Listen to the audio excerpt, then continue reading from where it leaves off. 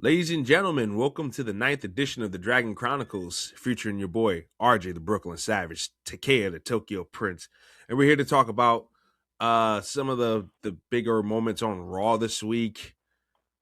We're gonna touch on some Stardom and New Japan predictions for their big shows coming up. We'll also be touching upon Triple H's show that just happened not too long ago. So yeah, it's gonna be some stuff. We're gonna be dabbling into some different stuff outside of the norm. So just hang in there with us real quick, and we're gonna go ahead and try to make everything flow. So Raw. Raw happened fresh off of Cena's retirement. Gunther came out, soaked in all the heat, soaked in all the booze, and he said he made John Cena tap out like a bitch multiple times, left the ring, came back for more heat, left the ring again, came back for more heat. So he was really soaking it all in. He went backstage eventually through the curtain, ran up on some Jay Brones like R-Truth and the Alpha Academy. Adam Pearce threw him out of the building for really no reason at all, for winning the match fair and square and taunting the people about it.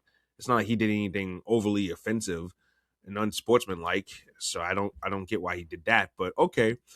But the interesting part was that AJ Styles was waiting for him in the parking lot, leaning on his car, and yeah, he didn't say anything. AJ didn't say anything to Gunther, and Gunther didn't say really anything either. All he did was just flash up the "You can't see me" and taunted him, and he left. Obviously, to me, what I took that as, we're telegraphing a Gunther AJ Styles showdown for AJ Styles' retirement, which AJ Yeah. Styles has stated multiple times that he's done this upcoming year. So that is that. Um, I thought that, well, first and foremost, before I go any further, what did you think about that whole opening deal there with Gunther and everything? Well, and I stated this last week. I don't want Gunther to be the one to retire AJ, but it's pretty much cut dry that that's going to be what Gunther's new thing is going to be, is retiring people. And whether you like it or not, it's just going to be the way it's going to be. So Mm-hmm. I think that's hinting at something, possibly like a match between them before AJ retires, where Yeah, AJ might could possibly win, but when it all comes down to it, Gunther's gonna probably be the one to retire AJ. yeah, I I can see that. I can see that at this point, and it wouldn't be too horrible. Um, Especially if this is where you're going with his character at this point. Because just putting the Intercontinental Championship or the World Heavyweight Championship on him sometime this year ain't gonna do much to progress him. But if he's this guy that's beating all the fan favorites on their way out, then that's something he can really hang his hat on. So by the time he does go back for another championship reign of some sorts, he's got more equity and more heat along with it. So I'm with you. He wasn't my first choice for the Cena stuff, obviously. He ain't my first choice for the AJ Styles stuff, obviously. But for the sake of building up something with this guy, much like Brock Lesnar. Remember when Brock Lesnar was going around killing everybody, what, Mm-hmm. like 11 years ago after he Yes. beat Undertaker? I guess something like that. Yeah. So I got no problems with that. However, I do have a problem with this. That's all they did with Gunther on Monday night. I thought they should have done more. And here's what I mean by more. If I had the pen, if you gave RJ the pen, right? This is what I would have done. I would have telegraphed that whole future for AJ and Gunther even more. I would have had Mm-hmm. Gunther chop the shit out of AJ Styles, right? I would have had him elbow him in the back of his head and neck in that parking lot, and I would have had him put him out to sleep. And I would have had him say in his accent, AJ, I hear you're retiring next year. I'll see you soon. And that would have gave him even more heat. Because now Yeah. people are kind of going to be like, oh no, and not AJ Styles too. So that gives Gunther even more heat. But they kept it basic and they got him up out of there. Now we're gonna skip ahead to, of course, CM Punk's promo on Braun Breaker. I mean, my God, did CM Punk go off or what? I mean, the Steiners caught strays. I mean, he was questioning the man's IQ and his brain. Oh man, CM Punk went off on this dude, and it was It was what you would say is a classic CM Punk pipe bomb. He went off. And I thought it was very, very good, and it was well needed for where they needed to go to progress this feud heading into January the 5th. I think that's the date for the Netflix for the Yeah, anniversary. yeah, So that's everything they needed to have and more. And then skipping ahead again to the main event where you had Rey Mysterio take on Logan Paul with Paul Heyman at his side. It was a fairly decent match, nothing really crazy or anything like that.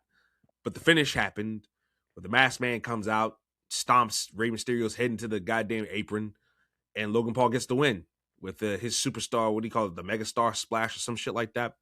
yeah, something like that. And then CM Punk came out, chases everybody out of the ring after he fought off the Bronze with the chair earlier. And the masked man gets up into the crowd a little bit to a mid-level point and pulls the mask off. And voila, it's Austin Theory with a shaved head. And your instant thoughts about this? Who the fuck would have ever guessed, y'all? Oh, everybody thought it was Seth Rollins, or it was somebody else. It was Chris Jericho. It was John Moxley. No, Moxley. we knew it was Austin Theory. Honestly, I don't even understand. And maybe you can correct me and explain this a little bit to me a little better. I don't understand why we ever need to put the man in the damn mask other than just to do it for the reaction and the shock value. Because if you were to extend this thing, okay, I kind of understand that. But just for him to reveal it like that, not even wait until the championship match, Well, that's what I thought. I thought that was going to happen like, at the championship match. I didn't expect mm, that to happen Monday night. So mm, for people that say Triple H is a little, dry and predictable sometimes, I didn't call that. I didn't see that coming on Monday. I was just, unless they got other people that's going to join with this mask. Because I've heard people, say that there's been different ones when the mask person was out there. So and look, here's another thing too. I wouldn't add any more to the Vision at this point I because wouldn't either. you got three young guys and Bronson Reed's not as young as Theory and Breaker and Logan Paul even. So when they lump him in as the future, I'm like, this dude's almost 40. Yeah, Bronson Reed's almost 40, so he's not true. exactly a younger, a young man. I mean, he's a young man in life, but like to the business, he's not. But Austin Theory and you got enough. You got enough. Austin Theory's the youngest one in there now. No, he isn't. Or him between him and Braun Breaker. No, Braun's younger. Braun's like what, Well, I 26? think they're both like 28, right around they're not far apart. No, But Braun's 26, I think. no, 28, 97. Oh, okay. I Um, shit. Years pass by. because Logan just turned 30, Yeah, I know Logan's around my age. A little and bit then younger. um, Braun, he's like mid-30s, like you said, almost 40. Mm-hmm. Which, I mean, none of that's too bad. I mean, most of the guys under him are young enough. So it's like, Yeah. But my whole point is that we got young guys. We got young guys in this true. group. And if we're gonna add anybody else to this group, it should be yet another young guy that could use sitting underneath Paul Heyman's tree. And we know Paul Heyman's high on fucking Austin Theory. We know this. Remember when Oh, yeah. Austin Theory first got his call up on Raw? That was a Paul Heyman call. And then Vince Yes, just it saw him was. and fell in love with him too. Austin Theory, here's the thing. I know some people, have their opinions on him and this, that, and the other. He's split. Either you like him or you don't like him, yada, yada, yada. Austin Theory, as far as I'm concerned, I think he's a hell of a talent. I think he's a very, very innovative wrestler in a world where not a lot of things are really innovated nowadays. But he's one of the few guys that he does moves that nobody else really does. Like that whole where he fucking ties your legs up like in the number 4 and then drops you on his kneecap for the brain buster. And his move, Antoxia, nobody else really does that. So I mean, Theory's very innovative and shit like that. He's a great wrestler, great athlete. Um, whatever immaturities he had in his system, he might have let them go. He seems to be wising up and growing up a little bit. So this is boom or bust for him at this point. Mm-hmm. So whatever this is, what they're gonna do with him, it's got to work. Because if it doesn't, I'm not saying he's done. Like he's done. But when they go to make their when Nick Khan's cut list comes, he might be on it. So this True. has to work out for him at this point. Yes. This has to be that next thing to push him forward. Because he has not had a terrible career. Because he But very, did, very mediocre. Very yeah. mediocre. For what he I was will supposed to point be a out couple of some years ago. highlights that he Yeah. did do was win Money in the Bank when people didn't predict it, and then when he did beat Cena at Mania, and he also had a pretty decent match with Pat at Mania one time. But even though Mm-hmm. it's comedic anyway, but But those career highlights though, yeah, him but beating Cena, that's about it. and him winning Money in the Bank. Yeah, well that's The follow ups are the reasons why his career has been so lackluster. yes. It's kind of he was thrown in that tag team and then out kind of looped it out of that there, and it's And that was I like just the follow up on that was lackluster. See what I'm saying? Like his career has I been hope very lackluster. They start stuff whatever with this this dude. is They pushes start stuff him. with this dude, and they don't finish it. It's not a strong finish. The money of the cash in, that was silly, and everybody named Mom said it was silly when it happened. Yeah, But I also blame Vincent Mann for that too, because he gave this dude the briefcase and he put him in a no-win situation because he wasn't ready to take that belt off of Roman Reigns. So no, if you're supposedly high on this dude, why would you put the briefcase on this guy when you know you're not ready for Roman Reigns to lose that belt and you weren't ready for him to be champion yet? It's like yeah, Vince set him up. Triple H, he had no way out of it. So he did the stupid United States thing.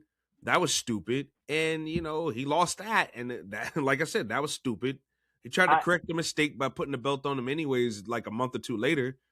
But by then it was like, okay, but okay, let's yeah. roll with it. He was starting to act a little bit more serious.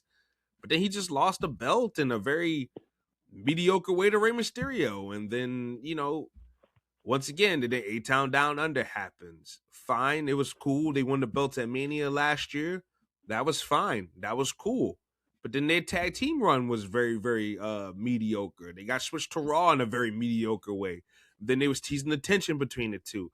And then that just happened. Everything with that whole team just splitting up at the end was very mediocre. From Austin Theory just disappearing off of TV when the fans are starting to warm up to him a little bit, slowly but surely. And Grayson Waller was just like, "Oh, he's a loser. He's gone." Blah blah blah blah blah. And it's just like, really. So my Yeah, thing is this: whatever happens with this, they have to finish strong with this. Whether that means him eventually being the leader of the Vision, kicking out Braun Breaker, or kicking out this guy, this, that, and the other, right? they have to capitalize on it. They have to allow this to be everything to be what actually shifts him into something compared to Exactly. They everything have else. to finish whatever they're gonna do with this dude. They have to finish it in a strong manner. That has been the problem with this dude's career. Mm-hmm. Very, very loose ends, quite literally. Not a lot of strong finishes for this dude's career. No. Every time they try to set him up for something, it looked like they were trying to set him up for a big babyface turn, but it didn't happen. And the fans were ready to cheer for him at one point earlier this summer. One of my friends went to a show in South Carolina and said that they were just they were cheering the dude like he was the biggest babyface in the room. I was like, wow, that's crazy, mad Well, crazy. I mean, and we've talked in private, not so much on the podcast, where we were talking about how he could be possibly going face at that time, and Yeah, I mean everything Waller just looked. being the heel of that situation and Theory being the face, and that just didn't happen here, and here we are with this. Mm-hmm.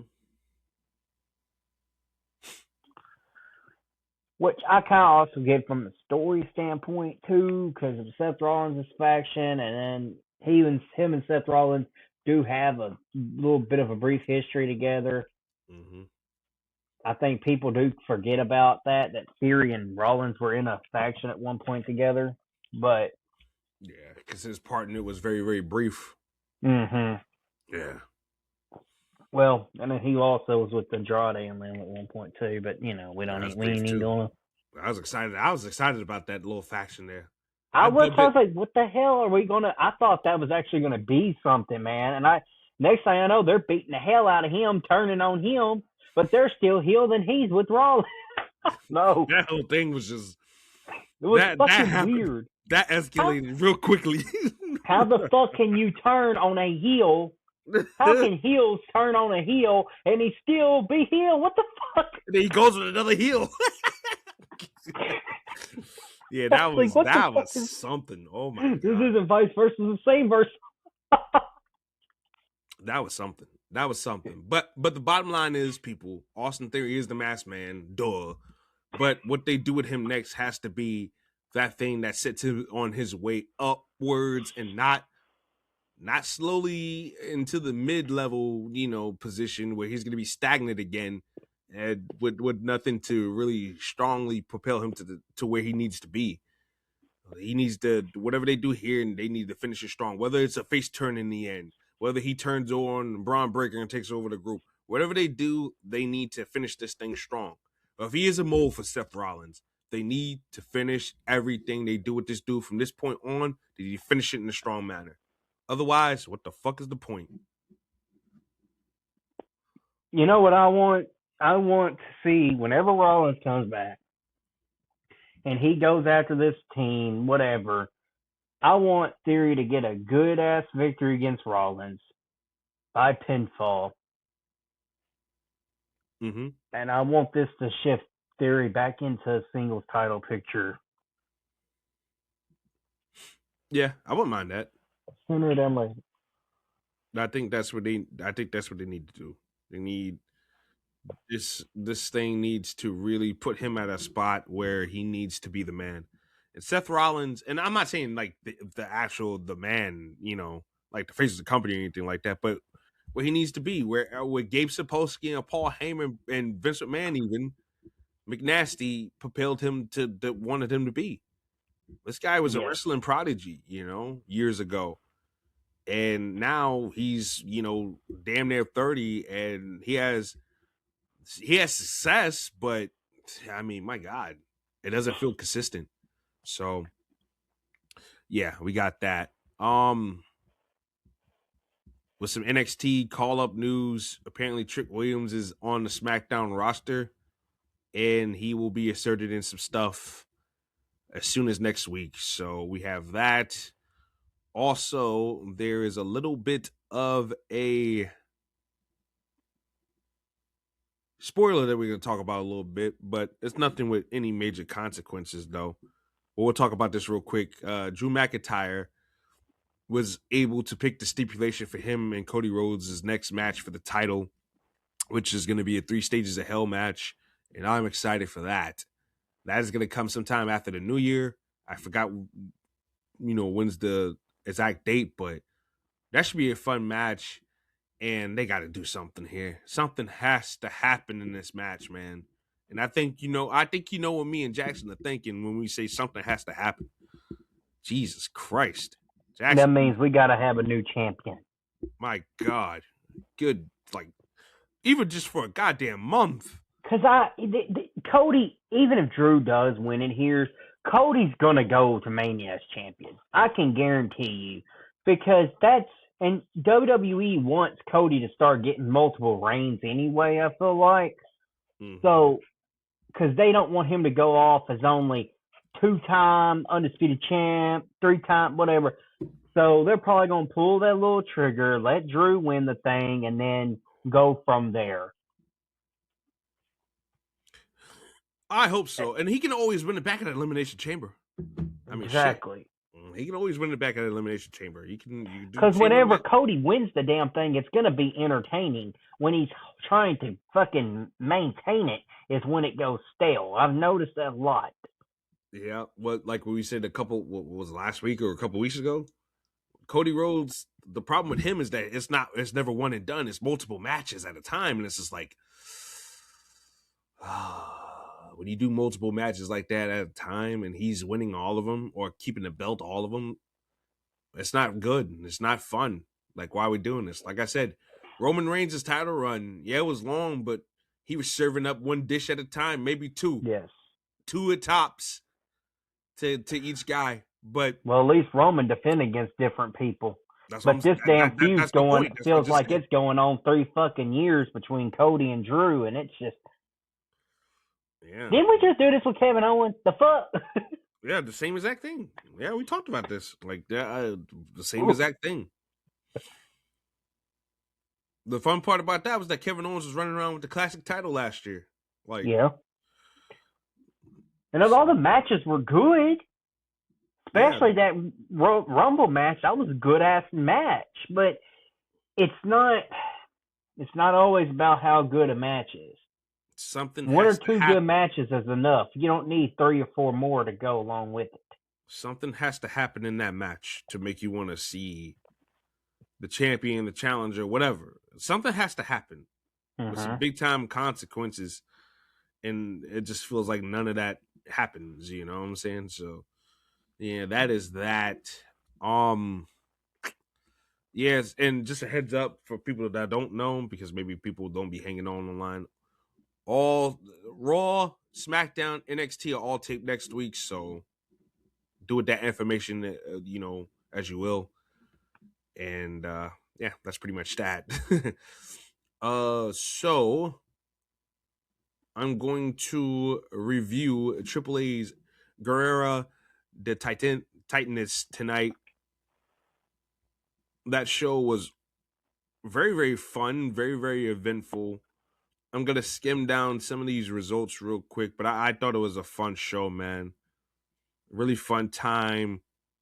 The show started off with Los Americanos, LWO, Mr. Iguana, and Nino Hamburguesa. Damn, I was about to combine both names, Americanized. God damn. I was about to smash them all up. Hamburguesa. It's okay. Because I wanted to say hamburger at first. But yeah. Just say hamburger. We'll call him hamburger for the night. Nino Hamburguesa and about to say L.A. Park. La Parca and Octagon La Parca. Yeah, they all faced off in a fatal 4-way match. Pretty much a number one contenders match for the AAA Tag Team Championships. This is fun. This is really fun. La Parca was mega over. I was about to do it again. Hamburguesa was over too. Hamburguesa. Mr. Iguana was over like Rover. Los Americanos got a lot of heat, despite the Mexican fans loving their boss. So that was fun. I will say this. I'm gonna break kayfabe. Oh no, but Pete Dunne and Tyler Bate, as much as people complain about them being underneath these masks and everything like that, they're definitely having fun with this thing. Especially Pete Dunne. This is the most charismatic I've ever seen Pete Dunne in my life. like him just coming down the aisle and like just jiving or whatever, to him getting in the ring, rolling around. Like Pete Dunne, I don't know, man. It took us to put you under a mask and make you a damn luchador, but we finally found something that works. Charisma. He's got a lot of charisma, man, and it's funny to see because I'm so used to him having the deadpan face all the time and not really emoting all that much. But yeah, this match was fun. Definitely not the most fun on the show, but it was definitely fun nonetheless. La Parca and Octagon Jr., they win to move on to get the shot at the tag team championships. So that is going to be cool. And after the match, they celebrated with Canelo Alvarez, who was in the audience. And it was funny. Me and you was just talking about him yesterday. Yep. Off air. So yeah, that was something there. Then we had El Hijo del Dr. Wagner Jr. taking on Ethan Page for the AAA Latin American Championship. Ethan Page, towards the end of the match, tried to cheat. He shoved the wrench in his drawers, and he fucking decked Mr. Dr. Wagner Jr. That motherfucker. Dr. Wagner 3, as I like to call him. Yeah, he hit him in the face with the wrench. Got the win originally, but the referee waved it off after Mr. Iguana stuck his nose in business that didn't belong to him necessarily. And the referee restarted the match, and El Hijo del Dr. Wagner Jr. beat Ethan Why is this Page. man still wrestling though? That's what I want to know. That's the son. That's not the father. Okay, see, I always get that mixed up because I remember when I was watching Triple Mania from like 5-6 years ago, and it's like I was watching Blue Demon Jr. and Dr. Wagner and Yeah, see, you said Dr. Wagner. You didn't say El Hijo Dr. Wagner. okay, fair point. This is El Hijo del Dr. Wagner. This is the son. This is the son of Dr. Wagner Jr. the son. This is the son. Well, next we need the Hamburgetti Jr. Oh, good Lord. Jesus Christ. Not a little hamburguesa. Tyler Bate and Pete Dunne's going to have their own luchador children. Oh, good Lord. What, Bravo El Hijo del Rayo Americano. Fuck. Nah, but El Hijo del Dr. Wagner Jr. retained, so I guess Mr. Iguana is probably going to do another little run with Ethan Page for the North American title. That's what I'm kind of getting out of that. Iguana's funny to me. Who? Iguana. Funny to me. Yeah. No, I mean, that's what he's supposed to be. He's supposed to be... So hilarious. He's supposed to be like a Santino Marella that can work, you know? So, I mean, that's fine. He's fun. The people love him. And then we had the Wyatt Six versus the Psycho Circus in a Carnival of Carnage match. Oh my God. This...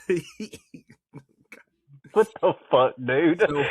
So Psycho Clown, he called out when the Y6 hit the ring because they came out first or whatever, right? He called them out on a video backstage. He called them out to the back. They went to the back, and they had tents, and they had this pool of like balls and shit, like when you go to a jump castle or whatever. Yeah, like they had that all over the place, and then there was people hiding underneath the tents and shit. And Joe Gacy's like, you know what? Fuck this shit. So he goes after fucking Psycho Clown. They start brawling this shit. And then Murder Clown and Dave the Clown and fucking Pagano, they're all brawling with the rest of the guys.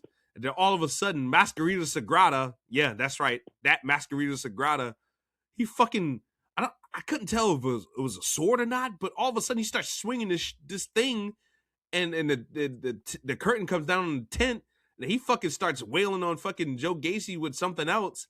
And I'm like, what the fuck is going on? So it's a big brawl and a big schmoz, but it was fun. They put Pagano through a table. Rowan did through the tent, and he went through the table and shit. So that was pretty cool. And then Pimpinella Escarlata was behind another tent, and Pimpinella gave fucking Joe Gacy a kiss on the lips. I don't think Joe Gacy's wife is gonna appreciate that too much, but yeah, the brawl spilled back out into the ring.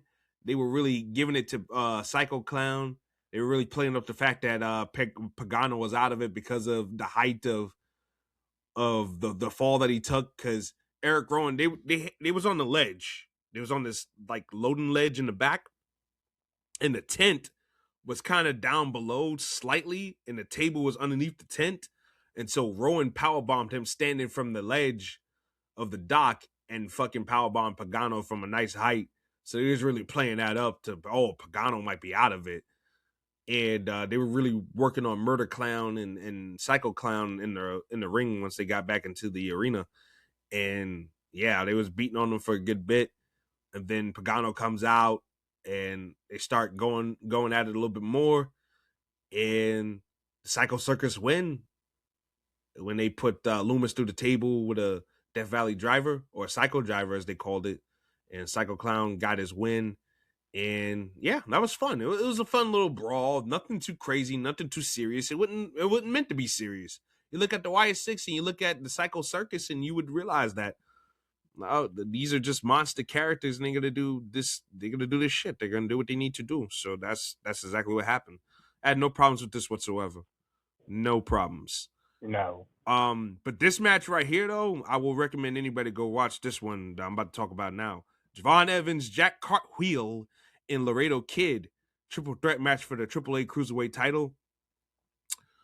Really good match. Really good match. Laredo Kid, one of the more underrated luchadors. Even when I was doing old shows, I would talk about how I great like this guy is. Laredo Kid. I've always liked Laredo Kid. Yeah, definitely. Really good luchador. I feel like a lot of people don't talk about him too much. But yeah, really good. And Jack Cartwheel, you know what? I used to bash this guy because I'm like, oh, great, another flippy guy, right? But I will say this, and I'm not a big fan of his, but I'll give him credit, though. I'll give Jack Cartwheel credit because at least Jack Cartwheel, he does the flippy stuff, right? But he does it in his own manner, to his own gimmick, and his own name. And what I mean by that is that we know this guy is like a gymnast and stuff like that, which is why he can do all the great cartwheels and shit. But he puts that into his offense, and his offense is very unique to the point where it's only really basically designed for him because nobody else does what he does. Like the twirling shit and just other stuff that he does, like evading things with the cartwheel and stuff like that. I mean, other people do it, but not as slick and as different as he does it. And like you will never, and here's one of the reasons why I always can still watch an AR Fox match and never get bored with it, because AR Fox does things with his own touch and his own flair to it. And I can say the same thing about Jack Cartwheel. So he looked good out there too. And of course, Javon Evans looked great too. These three guys had a really awesome match. And the finish came where Laredo Kid, it looked like Laredo Kid was giving him a flipping skull crushing finale. That's what it looked like. Like I swear to Moses, he grabbed Jack Cartwheel, one of his arms, and put that same arm behind Jack Cartwheel's like head and neck, and he flipped over the top rope. I looked like they were going for a super Dragonplex, but no, he flipped over it and bam, Jack Cartwheel's face hit the mat, and I'm like, damn, what the fuck? Sounds pretty damn clean to me, man. Damn. Oh, it was clean. Oh, it was clean. I was like, damn, and it was a good match. It was a really good match. I think it was the best match of the night. I'll put it to you that way.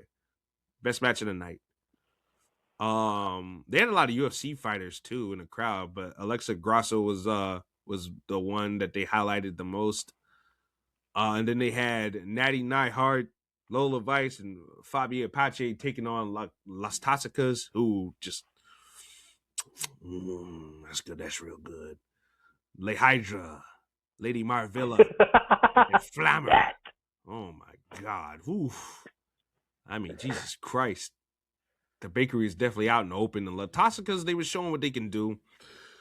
A lot of triple team offense between those three.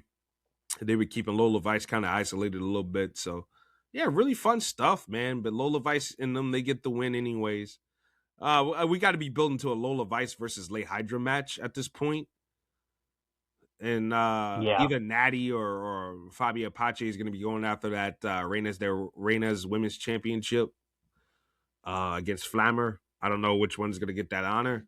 Honest to God, with how much time Lola Vice has been spending down there, I would put it on Lola Vice at this point. I really would. So, but yeah, no, that was a fun women's match. And I mean, visually speaking, Jesus Christ, the Latinas was definitely bringing the heat. My goodness. Undertaker was backstage for the show, so that was cool. El Hijo del Vikingo and Dragon Lee had a match. It was a fun match. Definitely enjoyed it. I'm about to say Van Kingo. Vikingo, he's definitely tapping into being a nice heel, man. He's definitely running with it. So I got to give him credit for that, because I thought maybe he was going to be one of those guys. I don't know how to be one, but he's definitely tapping into it and is working out nicely so far. But the match came to a point where Omos, and you could tell somebody was coming. You know how, they'll shift the camera away from ringside or away from the ramp when somebody's coming, but you can see the fans in the background. They're looking, and people are like, oh my God. They were like, just because I thought something was going to happen, because when Vikingo, they showed him arriving to the building, Dorian, he was watching him. He was just watching them. You know how they like to, Triple H likes to tease certain things sometimes to certain people watching in the background or some shit like that. That's what was happening there. So I figured something was going to happen with that whole thing. So Omos comes out. And I'm like, holy shit, this is a welcome surprise. Omos comes out. Dragon Lee, I guess he sensed, oh shit, I'm fucked. Fucked. So he goes after Omos, tries to fight him off, but it was no bones. No bones. Because Omos fucking just jacks his ass up big time, plants him into the canvas, and Correct. serves him up to Vikingo. Vikingo hits a 450 and wins the match. Dorian Raw Dawn comes out, and yeah, we got a new faction. El Ho,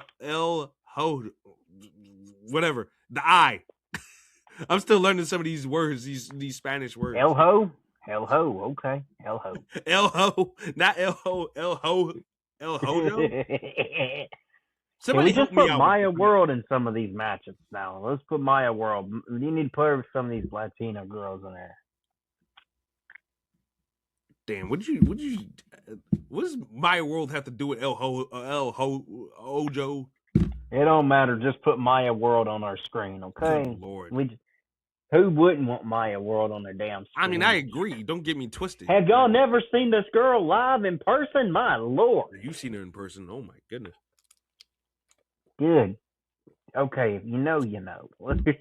Yeah, that's all we got to say. That's all we got to say. But yes, the I, that's what that whole thing translates to, is going to be with Dorian, Vikingo, and Omos. I'm not sure if they're going to keep the old members, because even JBL and Conan were joking about it. Are we still in the group? So I'm guessing that they're going to go ahead and do something different with that. AAA announced during the show that Rey de Reyes will be taking place in March, so we have that to look forward to. And then the main event was Rey Mysterio and Rey Fenix taking on Dirty Dominic Mysterio and El Grande Americano. It was a fun tag match, just, paint by numbers, nothing too crazy, but a little bit of development there. El Grande Americano was supposed to help Dominic cheat, but instead, Pentagon came out, intercepted, got the brass knuckles, headbutted Dom himself, set Ray up for the 619. Phoenix did a splash onto El Grande Americano on the outside to neutralize him. And the Rays get the win. They get the win. And after the match, Dominic Mysterio was a little upset. He shoved El Grande Americano and left. And Rey Mysterio was looking at El Grande Americano, and he shook his hand, and El Grande Americano was on his merry way. Some kid dressed up like Pentagon. I'm not sure if that was Pentagon's kid or not, but I know Rey Fenix came out with his son, and he came back into the ring. It was a kid dressed up like Penta. Like I said, I'm not sure if that was his kid or not, because it was multiple kids dressed up like Penta and La Parca, so it's kind of hard to keep up with. But yeah, they joined him in the ring, and I guess Penta cut a promo for the Mexican audience. So yeah, that was cool. Nice fun night of, wrestling. I was gonna say Fridays and Saturdays, for CMLL and AAA, must watch if you're just looking for a fun night of wrestling. You want to take your mind off some things. You don't even care about storylines. You just want to see some good action, some good high flying and everything like that. Yeah. Tap into some AAA or some CMLL. You'll be good off for it. Trust me. And that will conclude our AAA talk for the week. Stardom. Jackson? Yeah, Stardom. We'll be having Dream Queendom on December 29th.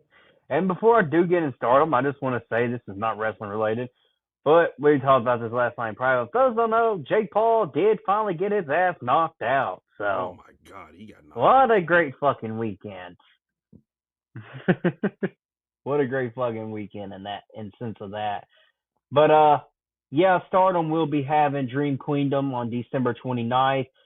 On this show, we're gonna have Hazaki and Fuwa-chan, and I'm gonna go with Hazaki on this one.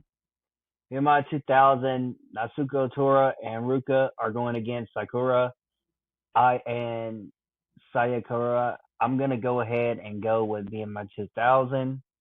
This is for the Goddess of Stardom Tag Championships, which they do like New Japan do, with the World Tag League. Yeah. They just got off their little tag tournament as well. So that's why this match is taking place. And then I think it was last week when I talked about the Stardom show that Saya Lydia had won her number one contenders match for the Wonder of Stardom Championship. Yeah, so she's going to go against Konami, and that's going to be that title. I'm going to go ahead and go with Konami to retain because like I've said, I've told you in private, I've said on here before, I think Konami holding a title like that is good for business right now because she's been one of the top favorites in Stardom for a long time now. So I think that would be really good to just kind of keep that on her while kind of being able to maintain building future challengers, future champions. That's kind of like what Becky's doing right now with the IC title. Not that I'm trying to compare them two together, but I'm just using that as a similar reference. Yeah, to people that don't know. Right, no, I hear you. And then Saya Kamatani going against Saroy Ano. I mean, this is the match a lot of people aren't too thrilled about. I think it's still going to be pretty fun match. Obviously, Saya's won is going to win this. I can already say she won because, I mean, hell, we already kind of know you're not going to let her lose before she goes into one of the biggest matches of her career at Wrestle Kingdom. So,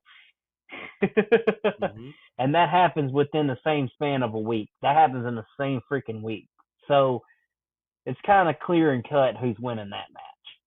But I do want to go ahead and say that I'm not going to be predicting the New Bloods for next week, but they're doing a Christmas Eve show and they're doing a Christmas Day show.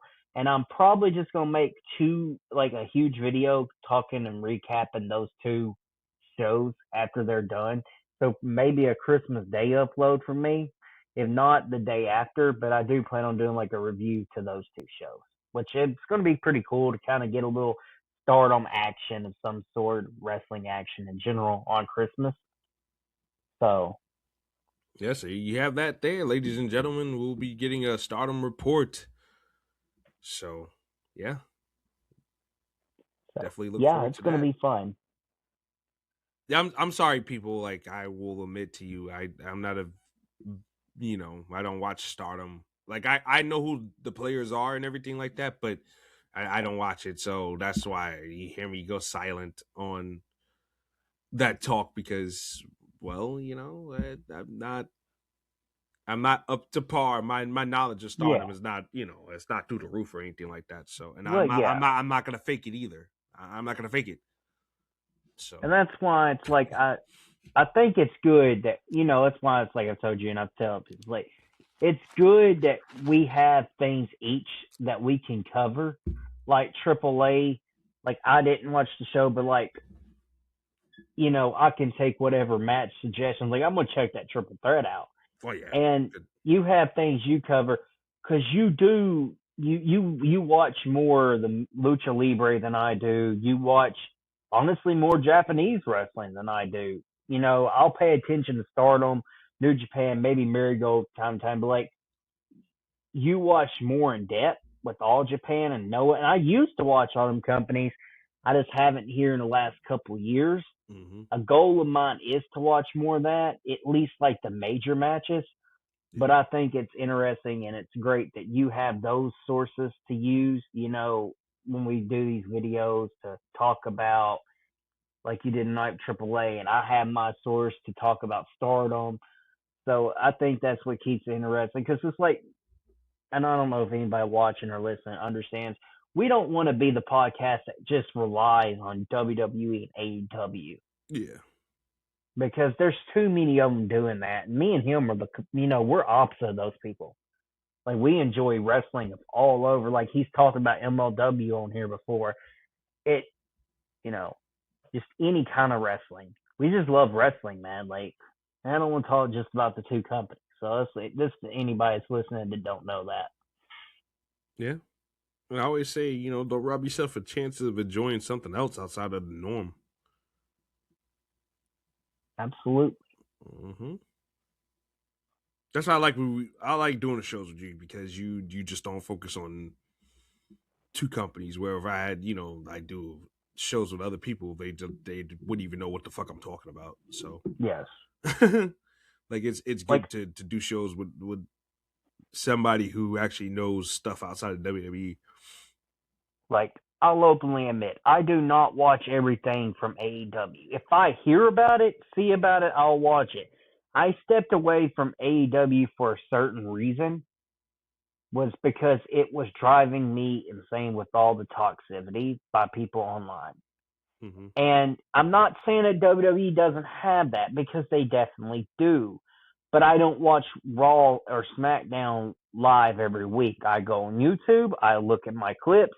Whenever I see something from AEW that's catching my interest to watch on YouTube, I will. Like the Samoa Joe thing, like I watched all that. Like I knew all that was happening and all that. That was interesting to me. It's certain things. I'm not I don't watch every show through like that, and I'm not gonna sit and lie like I do. But whatever catches my interest, I will. But I will, do my best is to educate myself on things to bring to people and to talk about and to have a conversation with.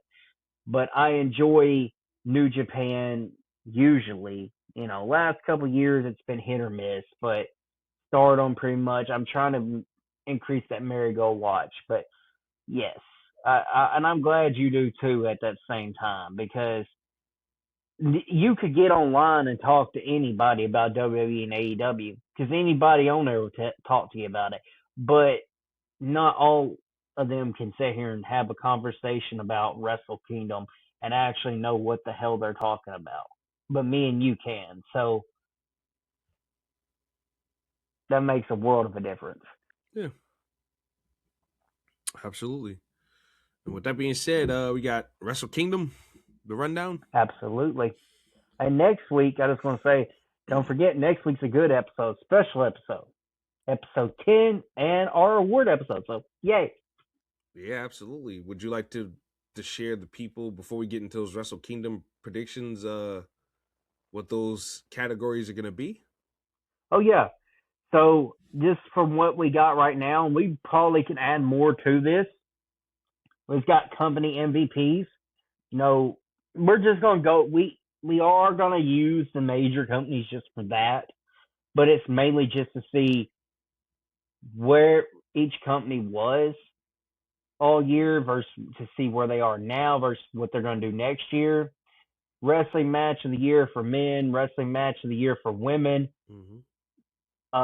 champion of the year for men, champion of the year for women, tag team of the year, faction of the year, company of the year, and then most improved and company to watch out for in 2026.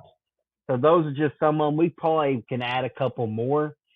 I'm just waiting to see what happens in the next few days, what I come up with. So Absolutely. it's going to be a fun time next week. And we will be addressing those awards in separate manners too. We'll have our separate answers, and we'll look to give a nice, thorough explanation as to why we feel a certain way that we feel. So with our picks, Absolutely. So, we might, and that's like something else. Like, you're going to see things next week that me and him aren't going to agree 100% on each other, but that's what makes it special. And that's when people understand. It's like, I watch some podcasts and they'll just sit there and agree on everything. Like, can you argue about something all damn ready, please? Like, no, you can't agree on everything. You can't. We do. I mean, if you do agree on something, and you can't bring anything different than your partner on the table, it makes for a boring show. I mean, ain't nobody want to hear that. We usually understand where each other is coming from, though. Nobody want to hear all that ball licking. Get the fuck out of here. Yeah, like,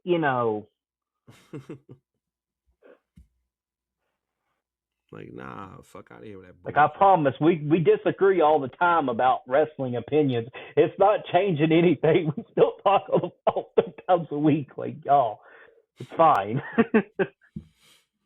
It's not like I'm gonna fly over to Arkansas and fucking kick his ass if he doesn't agree exactly. with me about my Wrestler of the Year pick. How dare you say John Moxley's not Wrestler of the Year? You fucking asshole.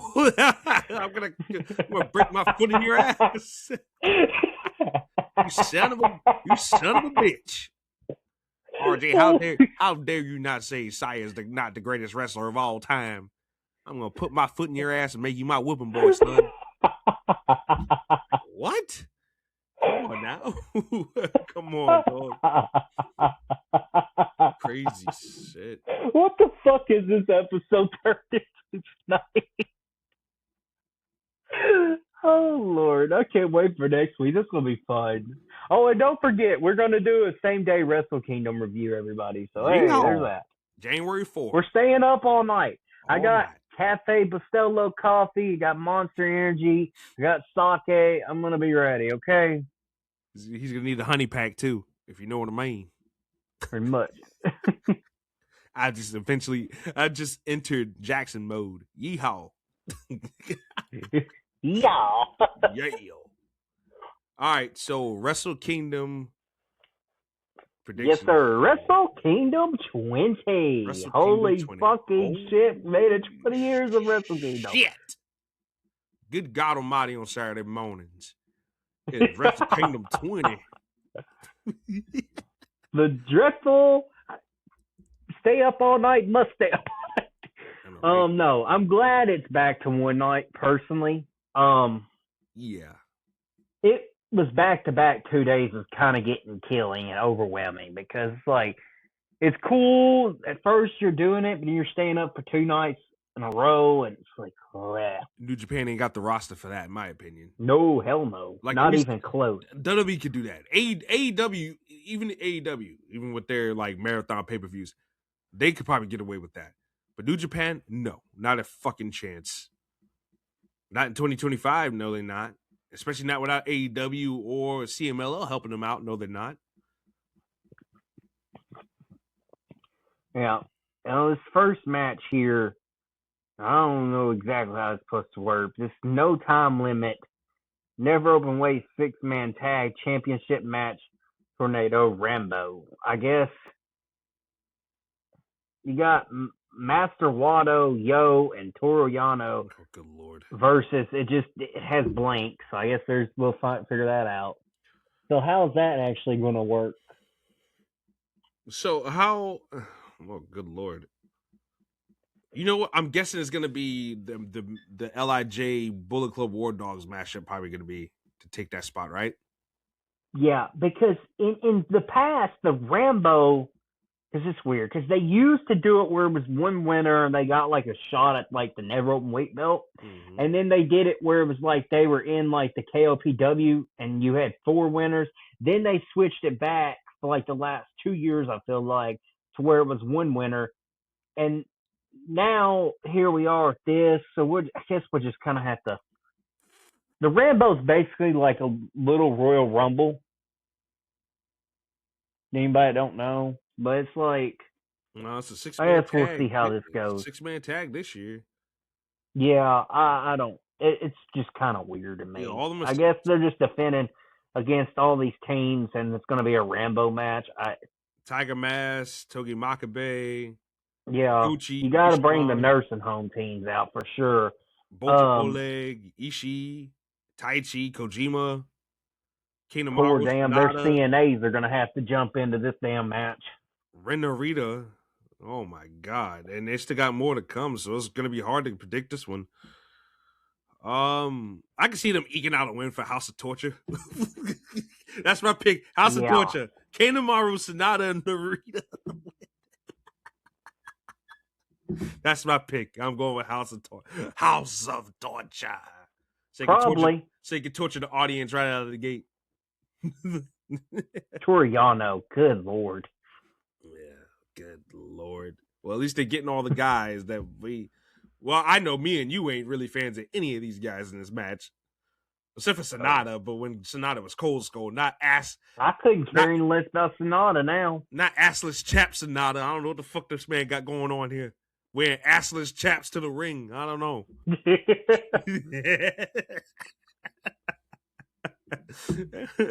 Yeah, I don't know about that. Bolton Oleg, he's all right, but doesn't really jump off the screen to me. Yeah, it's just gonna be one of those matches where you're kind of like, it is what it is. Yeah. Right. So match number 2. All right, in the second match, and this might be one I'm going to just kind of fill you in a little bit more on. The IWGP Women's and Strong Women's Double Championship match. Mm-hmm. The IWGP Women's Champion is Syuri. This is she's the 6th champion, and she's defending against Saya Kamatani, who is the current Strong Women's Champion. So we'll see who wins this, who leads these belts. Can we just combine these belts?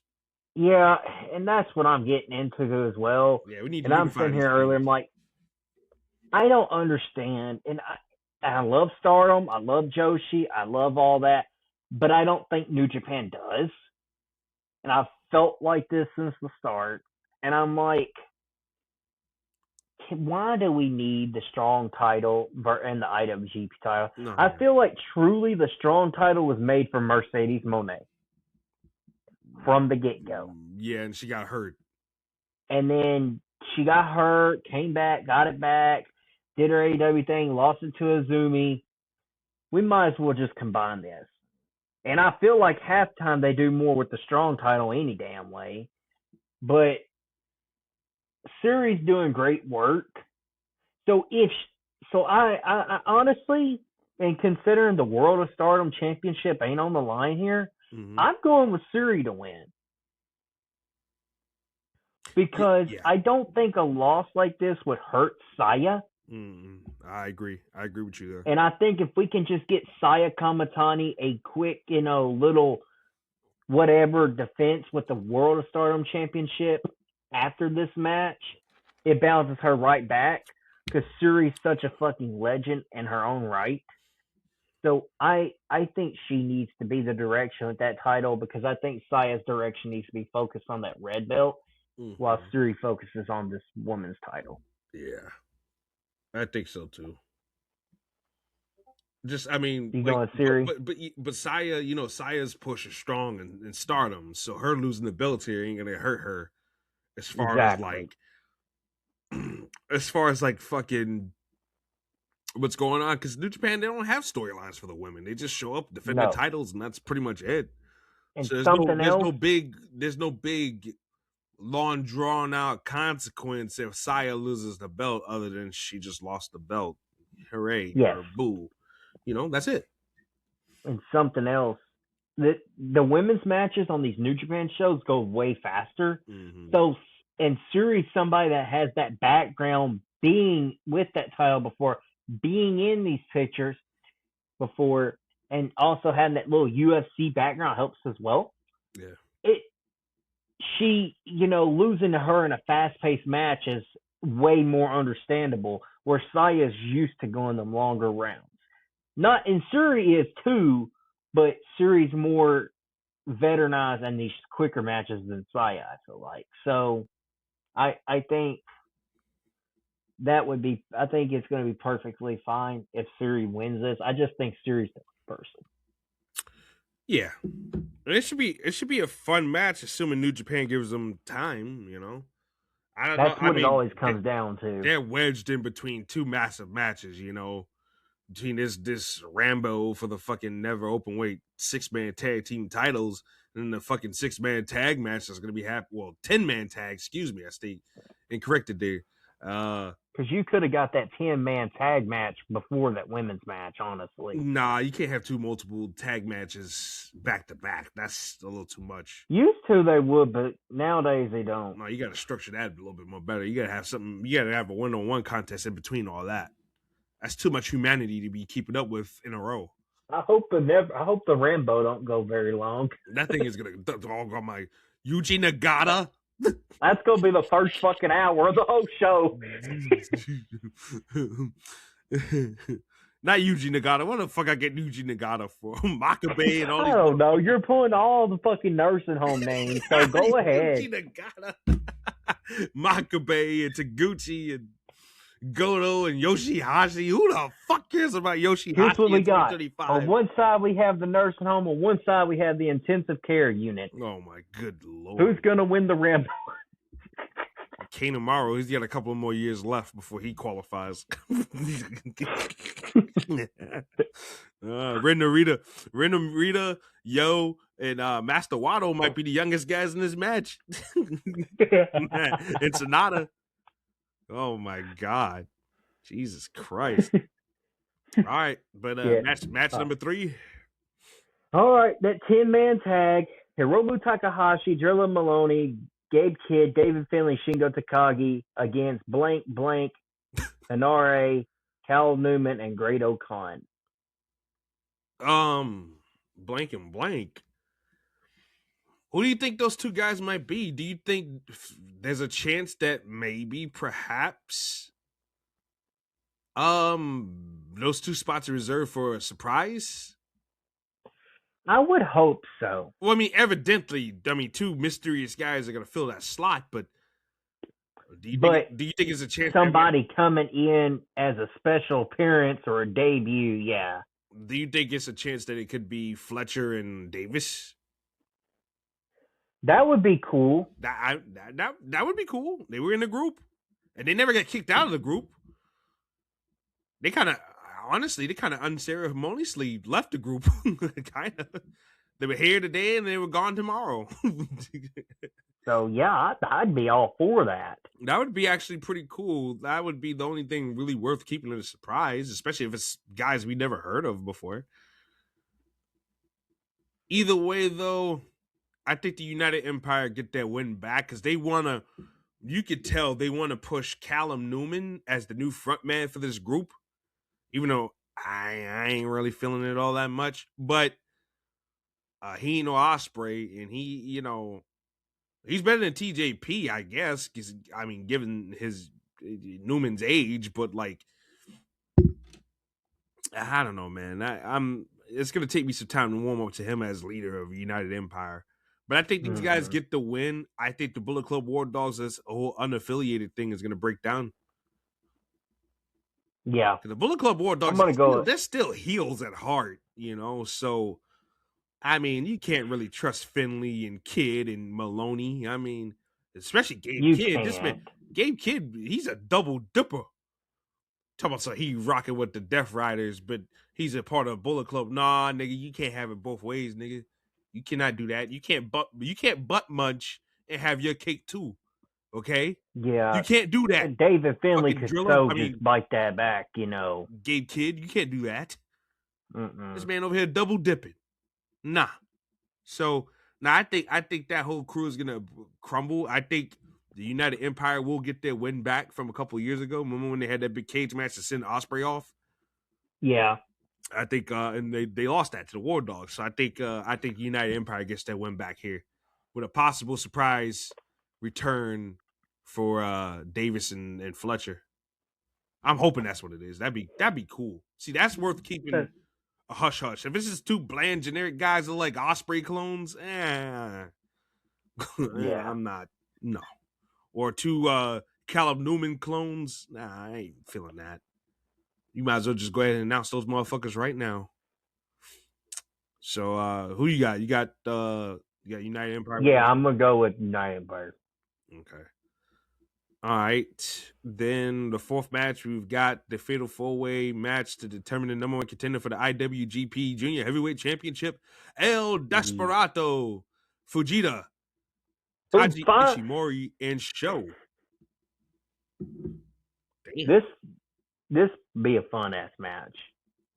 I'm looking. Damn. Like, do you think Desperado's been champion so many times? Desperado finally unblocked me on X, everyone. The long story that never got resolved. Oh God. But yeah, Desperado, he unblocked him, so that's great news. We're gonna have a match between him and Jackson soon, so that should be very, very fun. But Desperado's been champion a few times. Ishimori's been champion a few times. Sho, at least to my knowledge, I mean, when was the last time this guy's been he was IWGP champion one time, junior heavyweight champion one time. So I mean, he's been champion a few times. I think Fujita gets the. I think he gets the Duke. I think Fujita wins this match. Between Fujita or Show, I would like. Yeah, because like I said, Ishimori's I been would love champion. Show to do it. I would love for Show to, but I would say Fujita for this one. Yeah, Because I could see him possibly winning it more, mm-hmm. winning the title more than Show. Yeah, because he hasn't. He's only been junior heavyweight champion with Robbie Eagles, so he hasn't really done all that much as far as like on his own. So I think this would be a good step up for him. That's why I got him pegged to win this thing. Yep. And then oh boy, and then oh god, the damn never open weight championship match. Yo, man. Aaron Wolf's debut as he's taking on the King of Darkness. Oh, good lord. Evil. I am evil. Yo. This is who Mermaid Man and Barnacle Boy was telling us about all these years. That's who they were warning us about when they said evil. That's who they were warning us about. Everyone is evil. Well, don't forget, he's going to be with Don Fale and Dick to Go. Dick to Go. Lord have mercy. From Kai and Tai fame from back in the day, people. Yes, that's right. Dick to Go is still around. Good lord. I think New Japan sees a lot in Aaron Wolf. They want him to be a big star, big crossover star. He's already popular in Japan. I think he gets the Duke here. I think he wins. I think he beats Evil. And I wouldn't be surprised if it's in a pretty dominant fashion either. They want this guy to be something. And once again, they're jonesing for a new star right now. And I think Aaron Wolf, especially if he's as impressive as he's pegged to be, I think he wins. I think he wins this match. He wins this belt in his debut. He beats Evil. Yeah. I'm going with Aaron Wolf. I don't ever want to predict Evil a day in my life. So. I think he's gonna throw Dick around and he's gonna throw Fale around too. Don't ever say that like that again. He's gonna he's gonna sling mushroom tip. That's what he's gonna do. Oh, he's gonna sling I need to make Dick. it short of you just saying that. He's gonna sling Dick around over his shoulder. Holy hell, that's a great YouTube short right he's there. He's slinging Dick everywhere. Come here, Dick. Come here. He's gonna howl at the moon. Oh, Aaron Wolf is here. I'm Aaron Wolf. Holy hell, and I just slung Dick over my shoulder. Jesus Christ, how do you do that, Aaron? I don't know. I'm Aaron Wolf. I'm the greatest things to slice bread. Holla at me. Oh Lord. But yeah, Aaron Wolf, he's gonna, yeah, man, he's gonna be tossing evil men around. He's gonna be slinging Dons around, and he's gonna be slinging Dick around. So yeah, Aaron Wolf to win the Never Openweight Championship. Oh baby, we getting to the nitty gritty here, man. Main event number 1, Konosuke Takeshita, the world champion, versus Yota Tsuji, the global heavyweight champion. Winner take all. I love this matchup. I really do. Sorry, hard on New Japan Pro Wrestling fans that don't want to accept the fact that Konosuke Takeshita actually has a contract with you guys, and treat him like he's an outsider. And when this man has a tri-contract, and you act like he's just strictly some AEW guy when he's been putting in the work to conform to New Japan Pro Wrestling standards, and he has done that, in my opinion. And he's made New Japan Pro Wrestling obviously watchable to me. I'm a fan of this guy. And Yota Tsuji, the man that's standing across from him in this encounter, is another guy that I'm very, very hopeful for. He's got a great look. He looks like a rock star. He just looks like somebody, you know? So he does. And he's a great wrestler on top of that, too. With that being said, I don't see Konosuke Takeshita losing tonight, or not tonight, but I don't see him losing on that night. I think Takeshita wins. Me and Jackson have been talking about in private how we would love to see this match become like, this. Oh, he's even talked about on here too, actually. Yeah, this just generation's version of Naito and not Naito, but Tanahashi and Okada. Tanahashi, Nakamura, whatever you want, Tanahashi, Nakamura, yeah, like it could be that next big feud for New Japan because these guys look like stars. They wrestle very nicely. I mean, it's like, if you're a pure wrestling fan, right, and that's all you care about, how can you complain about Konosuke Takeshita and Yota Tsuji? Exactly. You can't complain especially about if you just love Japanese wrestling in general. You like you like wrestling, just the action in the ring and nothing else. You don't care about the shenanigans and all that other stuff. These are the then Japanese wrestling is for you. These are the two guys for you. You know what I'm saying? Takeshi's for you. And Tsuji's for you. Mm-hmm. But yeah, this is going to be a great main event. Yeah, I got Takeshita winning and retaining. I think New Japan wants to keep him afloat. And I think Tsuji probably should go through something else next year to get the shot. Yeah, I do agree. I think, as we've said, I think Takeshita needs to win here. And this is his second defense. And he just won the title back in, September, October? So, to people saying, well, he won't ever be there. He won't ever defend. Bull fucking shit. He's literally this is going to be his second damn defense. Like, come on now. And he'll defend in the winter. He'll defend in the spring. Let him have this year run with this belt. Let Tsuji be built up more. Let him win the G1. Let's bring it back next year and let Tsuji get that big moment. The guy that we were, I was talking about the other day, John, who made that video, we watched and we agreed about the New Japan thing. He talked about Wrestle Kingdom, how it save New Japan. And I think this is, like he said, this is the card that's got people more excited for Wrestle Kingdom than forever. And I agree, because this is finally feels like matches that are worthy of things. And this is really going to be a put up or shut up type of show. This is what's going to tell us if we need to come back for new beginning. Yeah, no, I agree. I agree with that. I don't know why we're combining the titles necessarily, but just get rid of the global title and bring back the IC title, please. Yeah, bring back the yeah. Tsuji said if he wins, he'll bring back he's pushing to bring back the classic titles, which I think they need to.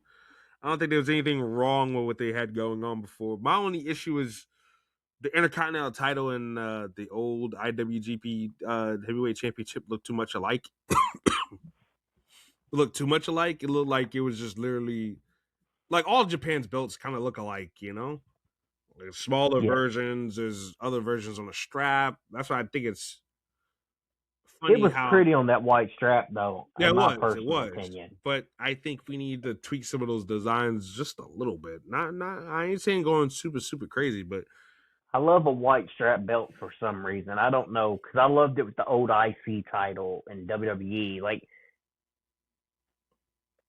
But yeah, I agree. They look too much alike. So definitely chirp it up with a lot of these belts. Yeah. Definitely. And then the main event. We gotta shape this shit up a little bit, But yeah, the main event, Tanahashi's last match. Hiroshi Tanahashi taking on the Rainmaker, Kazuchika Okada. We got through it with Cena. Now we gotta get through it with the Ace. And I believe that Kazuchika Okada will be beating Hiroshi Tanahashi in his last match. There's no way in hell Tanahashi's winning this. Yeah. Okada's going to be wrestling, tomorrow. And somebody said Tanahashi's, his knees is made out of cotton.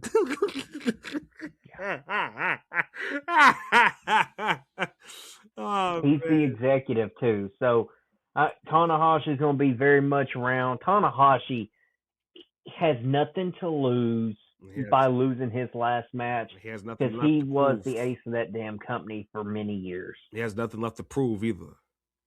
people think he was never a top guy because they lived too much in the Okada era and the Jay White era. I feel like, Well, whereas Tanahashi was on his decline at that time, but no, don't get it twisted. before that, Tanahashi was the man. He was a musketeer. Him, Nakamura, and fucking Shibata before Shibata Bang Bang left. But and I mean he left a long time ago. But I mean those guys were always pegged to be something big. Tanahashi is a big star. Absolutely, Was a big star. He was like he's the John Cena of New Japan.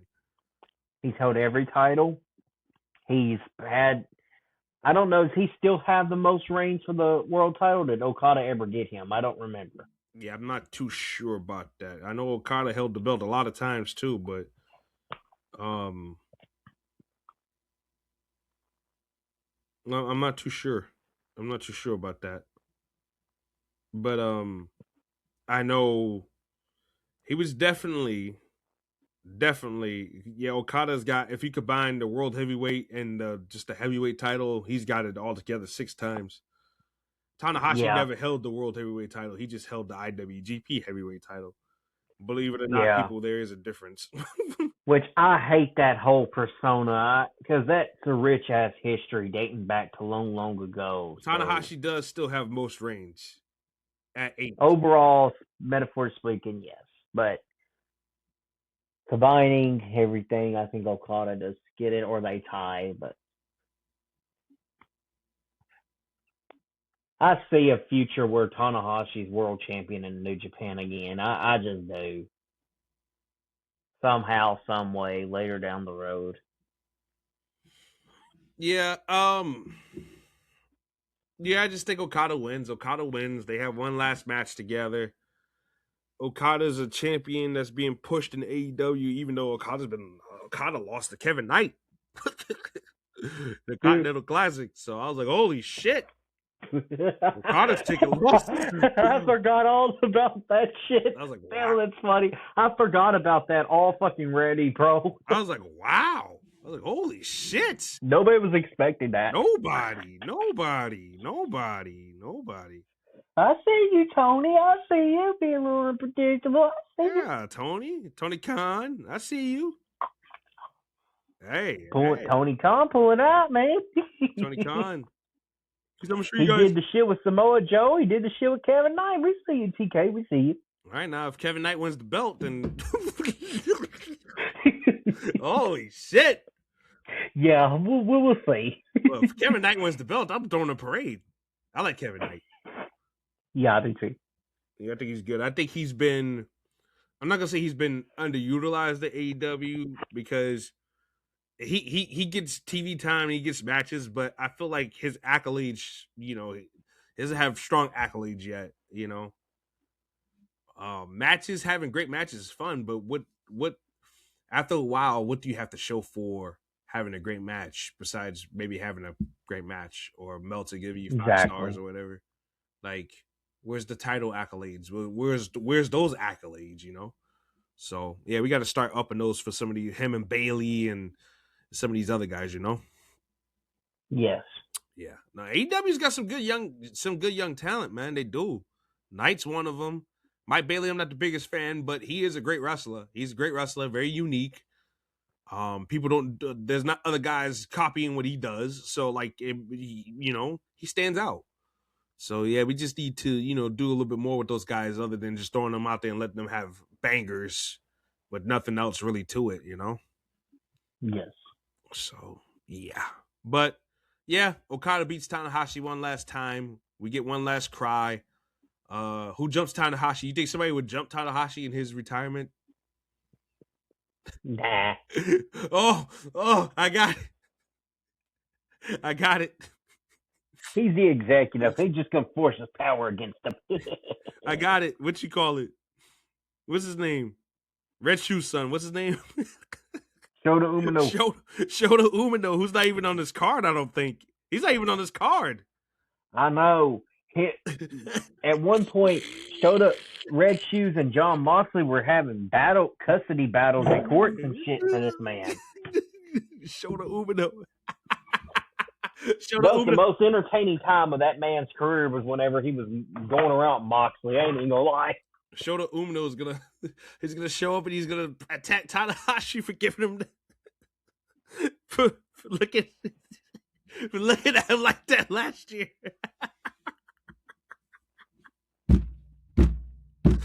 Oh man, Tanahashi said, "What the fuck kind of match was that?" It was tight. Oh man, Shota Umino, you don't put me on the card. I'm not even on the goddamn card. Oh man. Yeah.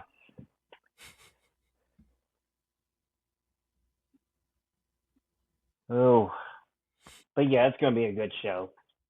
Yeah, but but seriously though, like you would think that like maybe Tanahashi would want to do a big angle at his closest ceremony or some shit like that. He may. And since he's gonna be with And maybe shit, turning a little motherfucker heel like that, attacking him and everything. Maybe that's what the man needs. Shota's not a bad wrestler. Shota just doesn't have the persona or nothing. That's the problem. I'm not going to say he's not a musketeer because he could definitely be. It's just so much that there's a lot of work that needs to be done. To me, Tsuji and Takeshita, you can count Takeshita because he is signed. To me, Tsuji, Takeshita, Yamira, and Narita. He's still not better than those guys, in my opinion. No. Back when he was the young lion, yeah, because they did more of him, but that's because, like I said, he had Moxley then. No, but these guys have surpassed him. They've surpassed him. Exactly. They've shown Tsuji's shown great progress. He's got a good persona. Takeshi's had great progress and everything like that. They've recast him. Renarita, you know, I wish he was in the House of Torture, but I mean, it's whatever. It is, but maybe that's what he needs. Maybe he needs to be in House of Torture. He might need. We just throw guys with no gimmick or no persona in House of Torture. House of Torture. That way he get booed. Yeah, he get booed. He can put on. That's a reaction, nonetheless. He can put on bad matches on purpose. Exactly. Oh my god. Oh man. I still think they're better off with having Renarita take over that group eventually and change the whole what it means to be a House of Torture.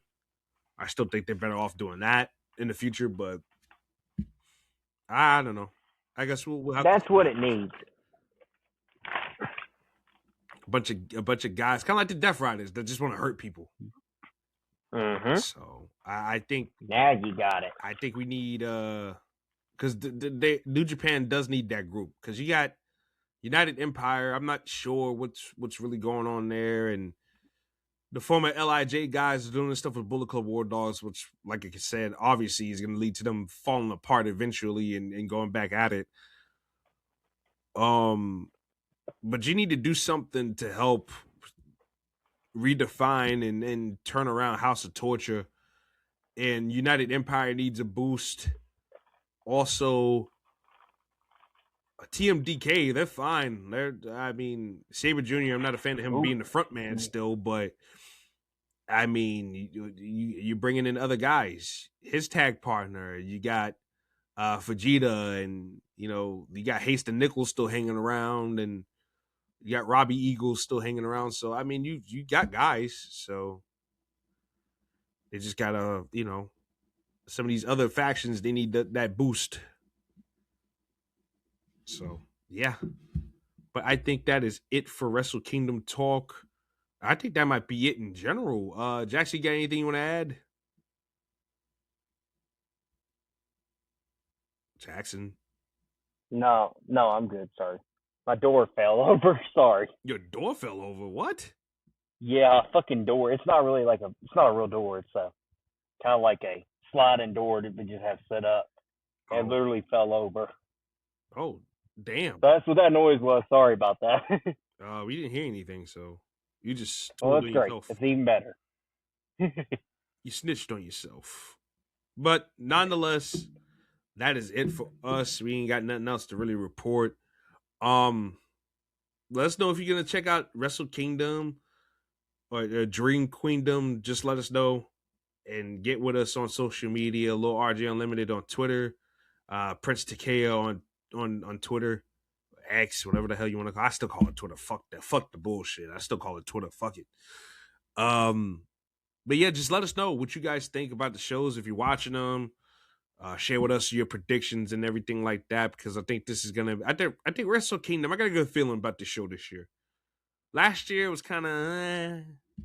This year, I got a feeling about this one. I think this one's gonna shock a lot of people. I think this one's gonna be pretty decent. So yeah, we got that, and we're gonna do our awards next week. So once again, look forward to that.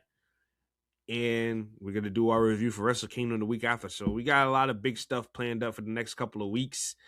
And Jackson and I are also going to do something too. We're going to do a thing, and it'll be more appropriate to do it when we do the award shows. What we would like to see AEW and WWE do in the future with certain things. So yeah, we're always constantly thinking about bringing different things to the show and talk about. So yeah, that's it. That's all I got to say. You got anything you want to say, Jackson, before we close out?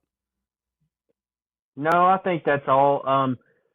Remember, just next week the awards. The week after that, nothing that Saturday night, because we're gonna do the episode that next morning on Sunday, because we're gonna do the same day review for Wrestle Kingdom, and we can just kind of recap whatever news followed through the week.